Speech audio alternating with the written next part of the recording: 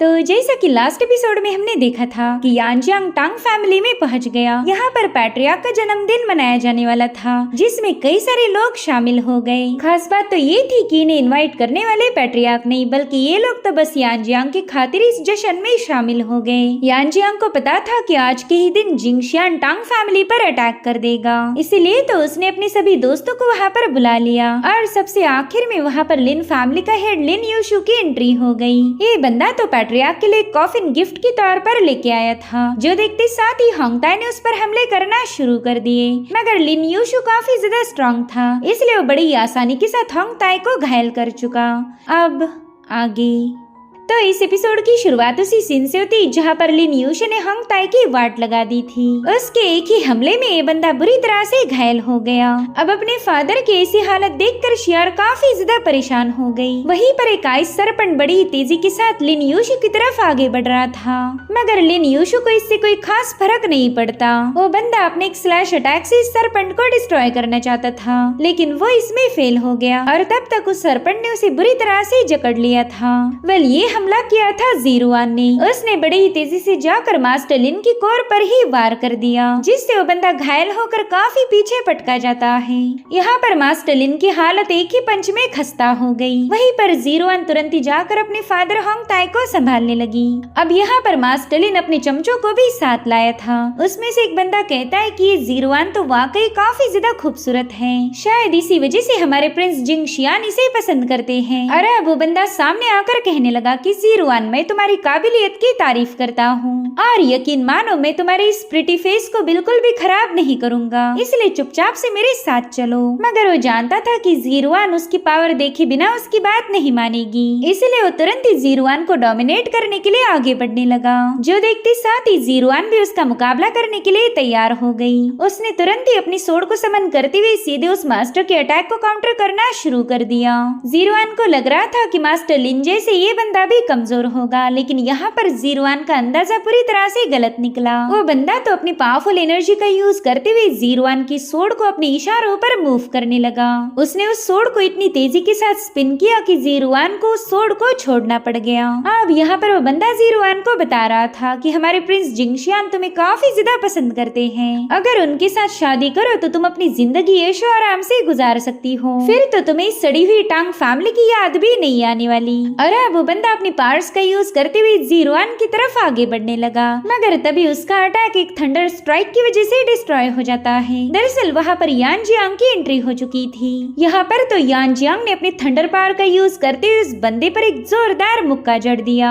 यांजियांग के इस एक ही पंच में उस बंदे की हालत खराब हो गई। वहीं पर शियार उसकी पावर्स को देखकर काफी ज्यादा खुश थी। उसे पूरा यकीन था कि सीनियर यांजियांग इस मसले को हल कर देंगे। वहीं पर यांजियांग जीरुआन को बताने लगा कि तुम्हारे फादर काफी ज्यादा घायल है, तो मैं चाहता हूँ कि तुम उन्हें हील करो और यहाँ का सारा मसला मैं हैंडल करूँगा। जिस पर जीरुआन कह रही थी कि ये लोग काफी ज्यादा पावरफुल है, मैं नहीं चाहती कि तुम्हारी कल्टीवेशन डैमेज हो जाए, इसलिए तुम अपना ख्याल रखना।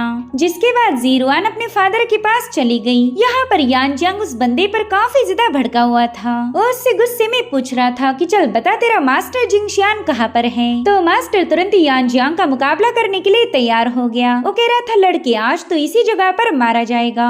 और इतना कहते साथ ही उस बंदे ने अपने स्पिरिचुअल बर्ड को समन कर लिया। यांजियांग ने देखा कि वो स्पिरिचुअल बर्ड बड़ी ही तेज रफ्तार के साथ उस पर अटैक करने के लिए आगे बढ़ रहा है। तो यांजियांग ने भी अपनी स्पिरिचुअल बीस्ट को समन कर लिया। वेल यांजियांग का थंडर लायन काफी ज्यादा खतरनाक था, तो वो उसी की पावर का यूज करते हुए उस मास्टर की मूव को काउंटर करने लगा। यहाँ पर इन दोनों में एक जोरदार क्लैश हो जाता है और उस बंदे की मूव तुरंत ही डिस्ट्रॉय हो गई। साथ ही साथ यांजियांग के हमले ने उस बंदे को भी बुरी तरह से घायल कर दिया था। ये देखकर तो मास्टर लिन के होश उड़ गए। उसने तो इमेजिन भी नहीं किया था कि टांग फैमिली को डोमिनेट करना उसके लिए मुश्किल हो जाएगा। उतने में ही यांजियांग मास्टर लिन से कह रहा था कि मैं एक बार अपना सवाल फिर से दोहराता हूँ, बताओ तुम्हारा मास्टर जिंगशियान कहाँ पर है?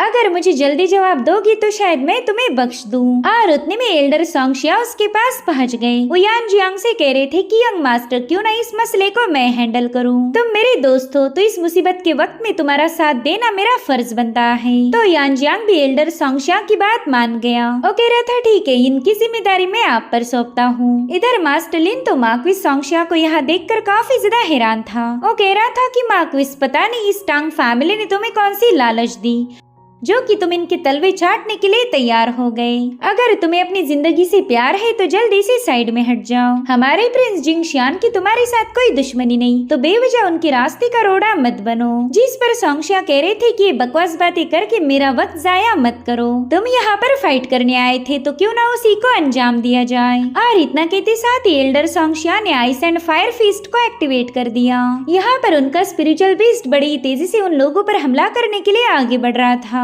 तो लिन फैमिली के मास्टर ने एक शील्ड को क्रिएट करते हुए इस अटैक को काउंटर करने की कोशिश की, लेकिन वो इसमें बुरी तरह से फेल हो गया था। और फिर उस स्पिरिचुअल बीस्ट ने उस बंदे पर एक जोरदार टक्कर लगा दी, जिससे उसकी कल्टीवेशन डैमेज होकर वो बंदा वहीं पर मारा गया। यहाँ पर यान जियांग ने फॉर द फर्स्ट टाइम सोंगशिया की पावर्स को विटनेस किया था। उसे यकीन हो गया कि अब एल्डर सोंगशिया की यहाँ होने से टांग फैमिली को कोई नुकसान नहीं पहुँचा सकता। मगर तभी वहाँ पर एल्डर सोंगशिया का पुराना राइवल अपने साथियों के साथ पहुँच गया। वेल, इस बंदे का नाम है टियान हाई। एल्डर सोंगशिया तो इसे यहाँ देखकर काफी ज्यादा हैरान थे।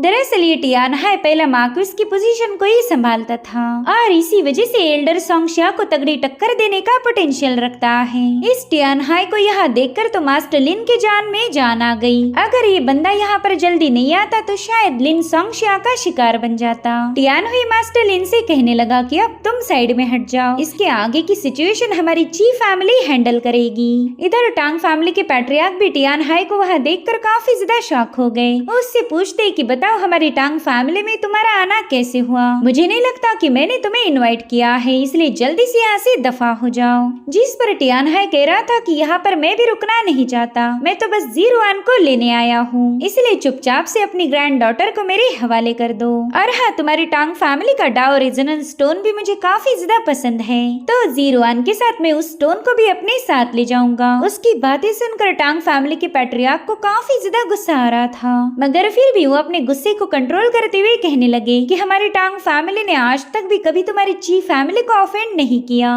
मगर फिर भी तुम बेवजह मेरी फैमिली को बुली कर रहे हो, इसलिए मुझे मजबूर होकर तुम पर एक्शन लेनी पड़ेगी। और इतना कहते साथ ही उन्होंने अपनी ब्लेड को फॉर्म कर लिया। वो कहने लगे कि डाओ रेजोनेंस स्टोन्स हमारे एंसेस्टर की देन है, हम किसी भी कीमत पर उसे तुम्हारे हवाले नहीं कर सकते। और तुम जीरुआन के बारे में सोचना ही बंद करो, मैं तो हमारे फैमिली की सर्वेंट को भी तुम्हारे साथ नहीं भेजूंगा, फिर तो जीरुआन का सवाल ही पैदा नहीं होता। जिस पर टियान हाई कह रहा था कि आज तुम्हारा जन्मदिन है, इसलिए मैं तुम्हें आज खत्म करना नहीं चाहता। अगर तुम समझदार हो तो बिना रेजिस्टेंस के मेरी सारी बात मान जाओगे, वरना तो फिर टांग फैमिली में लाशों का ढेर लग जाएगा। जो सुनते साथ ही मास्टर टियानजोंग ने वहाँ पर एक फॉर्मेशन को एक्टिवेट करना शुरू कर दिया। वो टियान हाई को इस फॉर्मेशन में ट्रैप करना चाहते थे। हालांकि उस बंदे पर इस फॉर्मेशन का कोई खास फर्क नहीं पड़ता। वो पैट्रियार्क से कहने लगा कि ये तो चौथी रैंकिंग वाला एक मामूली सा स्पिरिट फॉर्मेशन है, क्या तुम वाकई ऐसी दो कौड़ी की चीज दिखाकर मुझे डराना चाहते हो? अगर वाकई तुम्हारा ये इरादा था फिर तो तुम्हारे जितना ना समझ कोई नहीं होगा। भले टियान हाई पर इस फॉर्मेशन का कोई असर नहीं हो रहा था, लेकिन उसके चमचे ठंड के मारे जमने लगे, क्योंकि इस फॉर्मेशन से बहुत ही खतरनाक इन पावर रिलीज हो रही थी।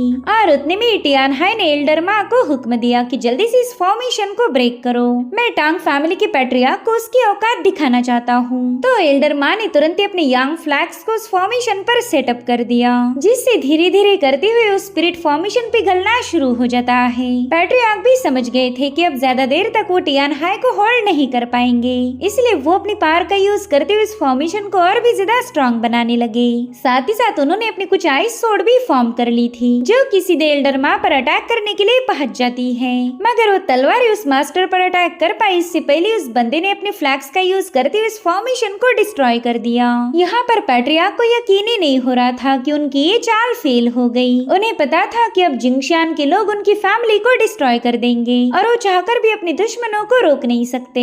इसलिए उन्होंने यान जियांग को हुक्म दिया कि जल्दी से जीरुआन और शियार को लेकर यहाँ से भाग निकलो। मगर जैसे ही पैट्रियार्क ने पलट के देखा, यान जियांग तो ऑलरेडी वहाँ से जा चुका था। इस बात से तो पैट्रियार्क को बहुत बड़ा झटका लग गया। उन्हें ऐसा लग रहा था कि शायद यान जियांग मुसीबत देखकर यहाँ से भाग चुका हो। इधर टियान हाई अपने साथ होंग युआन नाम का बंदा लेके आया था। वो कह रहा था, होंग, अब जीरुआन को कैप्चर करना तुम्हारी जिम्मेदारी है। जो सुनते साथ ही वो बंदा अपनी पावरफुल मेस को घसीटते हुए आगे बढ़ने लगा। तो यहाँ पर पैट्रियार्क ने सिटी लॉर्ड और सोंगशिया को तुरंत ही इशारा कर दिया। वो दोनों बंदे बड़ी तेजी के साथ जाकर टियान हाई पर भिड़ चुके थे, मगर टियान हाई ने ढेर सारी एलिक्सर पिल कंज्यूम करके अपनी कल्टीवेशन को इम्प्रूव किया था, इसलिए वो इन दोनों के अटैक को काफी इजीली काउंटर करने लगा। इधर पैट्रियार्क की बस एक ही प्रायोरिटी थी, अपनी फैमिली और मेहमानों को प्रोटेक्ट करना। तो उन्होंने फटाफट से एक टैलिस्मान का यूज करते हुए हॉल के बाहर एक फॉर्मेशन सेटअप कर दिया। इस बैरियर को ब्रेक करना काफी ज्यादा मुश्किल था, तो हांग ने गुस्से में आकर सीधे पैट्रियार्क पर हमला कर दिया। यहाँ पर पैट्रियार्क भी अपनी आइस ब्लेड का यूज करते हुए उसके हमले को काउंटर कर रहे थे। हांग ने नोटिस किया कि बंदा तो उसके अटैक को काफी अच्छे से मैनेज कर रहा है, तो उसने अपनी स्पिरिचुअल बीस्ट का यूज करते हुए पैट्रियार्क पर एक जोरदार स्लैश अटैक रिलीज कर दिया। इस एक ही हिट में पैट्रियार्क बुरी तरह से घायल हो गए थे, तो हांग उन पर फाइनल स्ट्राइक डिलीवर करने के लिए हवा में जंप लगा चुका। भले ही पैट्रियार्क ने इसके अटैक को जैसे तैसे मैनेज कर लिया, लेकिन अब उनमें जरा भी पावर नहीं बची थी कि वो हांग का मुकाबला कर पाए। वही दूसरी तरफ टियानहाई ने अपने धर्मा फॉर्म को समन कर लिया, और इसी वजह से सिटी लॉर्ड और सांगशिया चाहकर भी इस बंदे को कोई नुकसान नहीं पहुंचा सकते। यहाँ पर वेलियान अपने फादर से कह रहा था कि मेरे ख्याल से हमने इन लोगों की मदद करनी चाहिए। अगर टियानहाई के लोग ऐसे ही डोमिनेट करते गए तो टांग फैमिली डिस्ट्रॉय हो जाएगी। जिस पर वेलियान जवाब देते हुए कहने लगा कि मैं भी टांग फैमिली को बचाना चाहता हूँ, मगर हमारे पास उतनी स्ट्रेंथ नहीं और ना ही हमारा कल्टीवेशन डीप है। अगर हम इस बैटल में शामिल भी हो गए तो भी कोई फर्क नहीं पड़ने वाला। इधर मेन हॉल में शियार और जीरोआन मिलकर अपने फादर को हील कर रही थी, मगर शियार का पूरा ध्यान बाहर था। वो अपनी सिस्टर से पूछने लगी कि यानजियांग कहाँ चले गए, वो तो मुझे कहीं पर भी नजर नहीं आ रही, कहीं इन लोगों ने उनके साथ कुछ गलत तो नहीं किया। यहाँ पर जीरोआन मायूस होकर उसे जवाब देती है कि यानजियांग यहाँ से भाग चुका, मुझे पहले भी उससे कोई उम्मीदें नहीं थी, इसलिए तुम भी उससे कोई होप्स मत रखो, वरना तुम्हें भी डिसअपॉइंट होना पड़ेगा। मगर शियार यानजियांग को काफी अच्छे से जानती है। वो कहने लगी कि सीनियर यानजियांग कभी भी हमें अकेला छोड़कर नहीं जा सकते, मुझे ऐसा लगता है कि वो जरूर से किसी से मदद मांगने गए होंगे और थोड़ी ही देर में वापस आ जाएंगे। यहाँ पर टांग फैमिली का यंग मास्टर शियार से कहने लगा कि मुझे तुम्हारी एक बात समझ नहीं आती, तुम वाकई इनोसेंट हो या फिर बस भोली बनने का नाटक करती हो? क्या तुम्हें नजर नहीं आ रहा हमारी टांग फैमिली खतरे में है? और वो डरपोक बंदा मौका मिलते ही यहाँ से भाग निकला। मैं तो पहले से ही बताता आ रहा था कि वो बंदा हमारी टांग फैमिली के लायक नहीं, लेकिन तुमने हमेशा उसे सिर पर चढ़ा के रखा और देखो उसने सही समय आते ही तुम्हें धोखा दे दिया। मुझे तो अब बिल्कुल नहीं लगता कि हमारी टांग फैमिली कल का दिन देख पाएंगी। मगर फिर भी शियार को उसकी बातों पर यकीन नहीं हो रहा था। वो कहने लगी कि मुझे काफी ज्यादा अफसोस हो रहा कि इतने सालों के बाद भी तुम यंग मास्टर यानजियांग को पहचान नहीं पाए। उनका असली नेचर कैसा है ये तुम में से कोई भी समझ नहीं पाया। तुम लोगों ने तो बस उन्हें ताने कसने का काम किया और आज भी अपनी नाकामी का ब्लेम उन पर कर रहे हो। जहाँ तक मैं जानती हूँ वो कभी भी हमें अकेला छोड़कर नहीं जाएंगे। जिस पर वो बंदा कहने लगा कि शियार तुम्हारी हिम्मत की तो दाद देनी चाहिए, इतना सब कुछ होने के बावजूद भी तुम उस लूजर का साथ दे रही हो। खैर तुम्हारे मुंह लग के तो मेरा भी दिमाग खराब हो जाएगा। और अब यहाँ पर वो बंदा दिल ही दिल में सोचने लगा कि टांग फैमिली आज बहुत बड़ी मुसीबत में फंस चुकी है। मुझे बिल्कुल नहीं लगता कि पैट्रियार्क इस टियानहाई को रोक पाएंगे, और जब वो जिंगशियान यहाँ पर आएगा वो जीरोआन को अपने साथ ले जाएगा और फिर टांग फैमिली के बाकी के मेंबर्स को भी मारा जाएगा। मेरे ख्याल से मैंने भी उस यानजियांग जैसा भाग जाना चाहिए। अभी भी मेरे पास वक्त है, वरना सिचुएशन खराब होने के बाद तो मुझे मौका भी नहीं मिलेगा। इधर हांग ने अपने एक ही स्ट्राइक में पैट्रियार्क को बड़े ही जोरों से सीढ़ियों पर पटक दिया था। यहाँ पर पैट्रियार्क काफी ज्यादा घायल हो गए। अब तो उनमें इतनी भी एनर्जी नहीं थी कि हांग के अटैक को डिफेंड कर पाए। वहीं पर पैट्रियार्क के बच्चे उनकी ऐसी हालत देखकर काफी ज्यादा पैनिक हो गए, लेकिन वो भी उस बैरियर को क्रॉस करके बाहर नहीं आ सकते थे। जब तक पैट्रियार्क जिंदा है तब तक वो इस बैरियर को प्रोटेक्ट करेंगे, और इसी वजह से हांग उन्हें मारना चाहता था। अब वो अपने फाइनल स्ट्राइक के लिए उन पर सीधे छलांग लगा चुका, मगर हांग उन पर अटैक कर पाए इससे पहले ही हांग को एक पावरफुल एनर्जी का एहसास हुआ। साथ ही साथ एक जबरदस्त स्लैश अटैक बड़ी ही तेजी के साथ उसकी तरफ आगे बढ़ रहा था। तो हांग ने पैट्रियार्क को छोड़कर सीधे इस अटैक को काउंटर करने का फैसला लिया।